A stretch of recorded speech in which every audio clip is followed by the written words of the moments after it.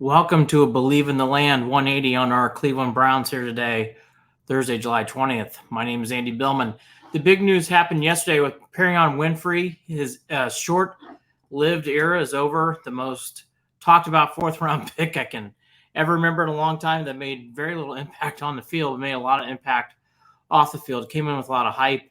Really didn't live up to any expectations at all, as he really didn't really play. Had troubles off the field, had troubles in the locker room, had troubles with his fellow teammates from what I can tell through articles and through quotes. Perrion Winfrey's gone, had to happen. What happened in that video was enough for me. It's probably enough for a lot of other people. Maybe he shouldn't, and probably should have been gone even before that. Okay, all that said, he's gone. What this does is it puts a lot of pressure on defensive tackles that are now on the roster.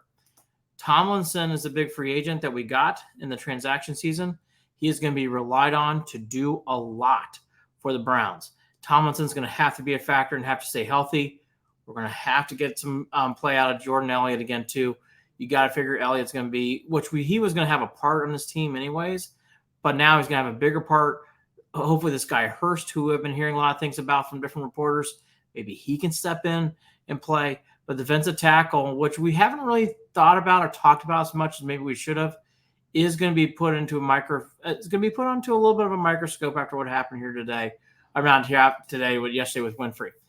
This preseason is all about Deshaun Watson. It's going to be the biggest talk at bars, coffee shops, on this network, everywhere.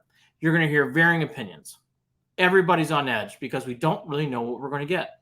It's hard to predict, and it makes this upcoming season uncomfortable a little bit because we just don't know what to expect. There's a lot of pressure on how that's going to work out because the Browns, for that contract, long-term stability, they need, obviously, Deshaun Watson to perform well. It's going to be the big story. Obviously, the other storylines are, is Stefanski going to make it through this year, get the team finally in the playoffs? How much will analytics play into this team? I thought it was way too much into analytics, less about gut reactions and less about putting players in position to win defensively and offensively, frankly. Hopefully they're a lot more organized when it comes to football winning acumen and not so much into what statistics tell you and what you should do in different plays. I really like the white helmets. I think the white helmets are great. I would love for the Browns to go back to the old Alabama thing where you put the numbers on the helmets. They did that back in the 40s. I would love to see that again for the Browns. Winfrey's gone. Again, Watson, as we all know, is the big talk.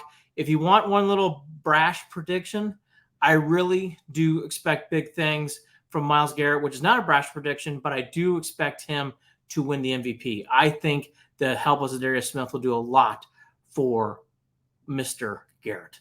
Stay tuned on the YouTube channel. Go to @OfficialClevelandSports for all your breaking news, all your Browns talk throughout all the preseason games. And as always, go to BelieveInTheLand.com.